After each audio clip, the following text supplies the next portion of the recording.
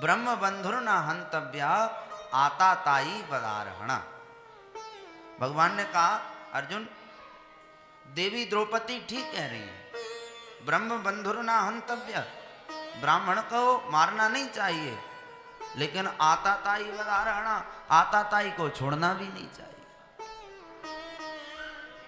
अर्जुन ने सुना, सुनकर के आश्चर्यचकित कर मुस्कुराने लगे, वाह प्रभु वाह, अगर आप जैसा कोई न्यायाधीश मिल जाए तो फिर कहना ही क्या है। ये कौन से न्याय की बात हुई कि ब्राह्मण को मारना नहीं चाहिए और आताताई को छोड़ना नहीं चाहिए। अब ये ब्राह्मण भी है और आताताई भी है, क्योंकि बालकों का हत्यारा है। अब इसको मारूं या छोड़ूं? भगवान ने कहा, अब देखो, हमने तो आपके लिए रास्ता बता दिया, अब आप देखो।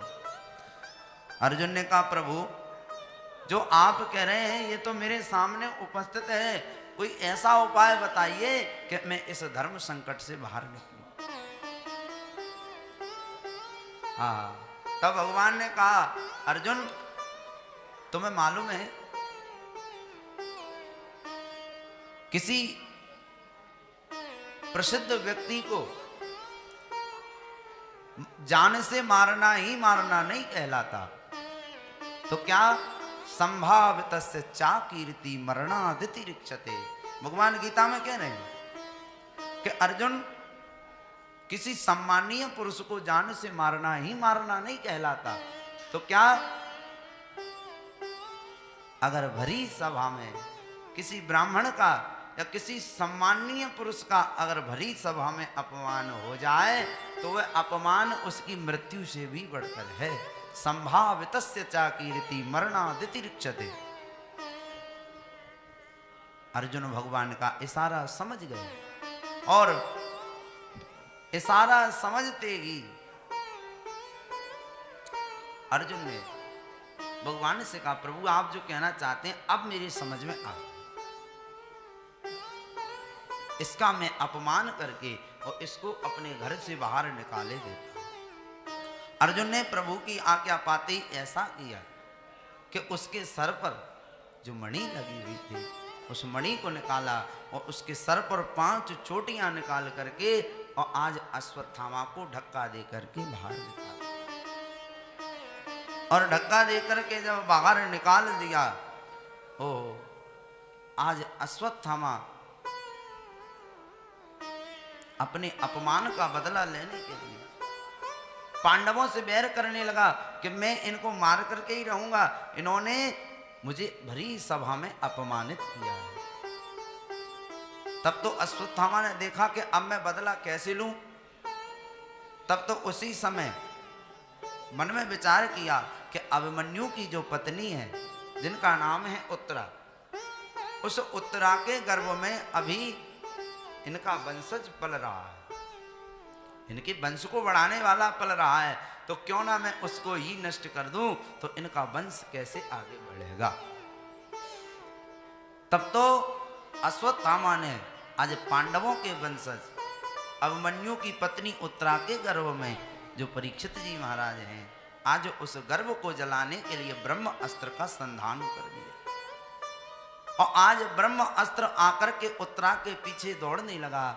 आज उत्तरा दौड़ कर जाने के लिए आज्ञा मांगी और पांडवों ने देखा कि भगवान भी द्वारका जाना चाहते हैं, तो क्यों ना इनके लिए विदा कर दिया जाए। और पांडव तो भगवान को विदा करने के लिए तैयार हो गए और जैसे ही भगवान रथ में बैठना चाह रहे थे उसी समय भगवान श्री कृष्ण की भुआ जिनका नाम है देवी कुंती आकर के गोविंद के पास आई और गोविंद के पास दोनों हाथों को जोड़ करके चरणों में प्रणाम किया और स्तुति गाने लगी। नमस्ते पुरुषं त्वाद्यं मीश्वरं प्रकृते परं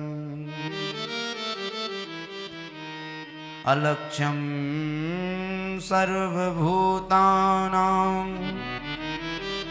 मन्तर्बहिरवस्थितं।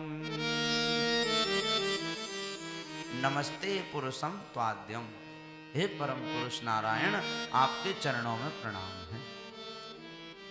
जब इस प्रकार चरणों में प्रणाम किया, भगवान गोविंद ने कहा, अरे बुआ, आप ये उल्टी गंगा काय को बहा रही हो?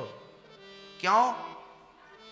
आप मेरी बुआ हो, मैं आपका भतीजा हूं, और नियम तो ये है कि बुआ के चरणों में भतीजे को बुआ के पैर छूना चाहिए, लेकिन ये उल्टी गंगा ना बहाओ, आप मेरे चरणों में प्रणाम। कहने लगी बुआ कुंती, प्रभु श्री कृष्ण, आज तक मैं आपको अपना भतीजा मानती रही, ये मुझसे गलती हो गई।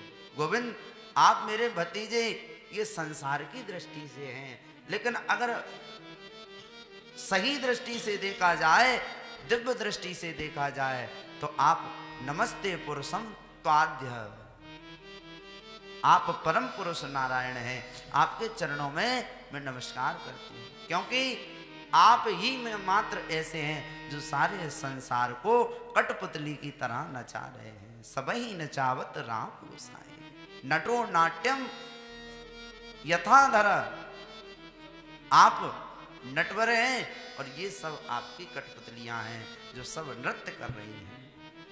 हे गोविंद, आप द्वारका जाना चाहते हैं, अच्छी बात है, लेकिन पहले सुनो, कृष्णाय वासुदेवाय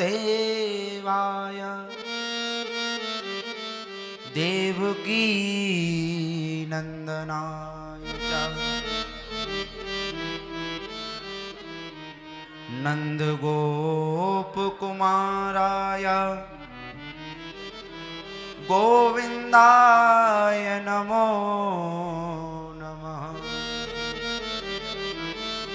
हे गोविंद भगवान, आपको मैं अब तक न जाने कौन कौन सा रिश्ता लगाती रही, कभी आपको भतीजा, कभी देवकी नंदन, कभी यशोदा नंदन, कभी वासुदेव, लेकिन अब मैं समझ गई, आप तो साक्षात नारायण हैं, आप इस प्रकृति से भी परे हैं। इसलिए अब आप द्वारका जाना चाहते हैं, मैं आपको रोकूंगी नहीं, लेकिन द्वारका जाने से पहले आप ऐसा करिए, मुझे एक वरदान दे करके जाइए।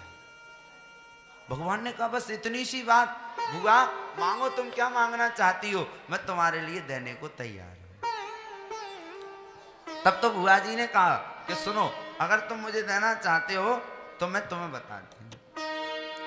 विपदा संतु ना सस्वत तत्र तत्र जगद गुरु भवतो दर्शनम यस्यात् दापुनर्भव दर्शन। गोविंद, अगर आप देना चाहते हो तो मैं आपसे यही मांगती हूँ, विपदा संतु ना सस्वद। अगर आप मुझे देना चाहते हो तो केवल एक ही वस्तु दे दो। क्या? मैं आपसे केवल विपत्ति ही मांगती हूँ। भगवान ने सुना, अरे बुआ जी, आपका सारा जीवन विपत्तियों से घिरा हुआ था और अब जाकर के आपको थोड़ा सुख मिला है, और सुख के आते ही तुम अब पुनः विपत्ति मांग रही हो। बुआ जी ने कहा, अरे गोविंद, आपको मालूम नहीं है, जब मनुष्य के ऊपर विपत्ति होती है ना, तो उस विपत्ति में तुमको याद करने का आनंद ही कुछ और है।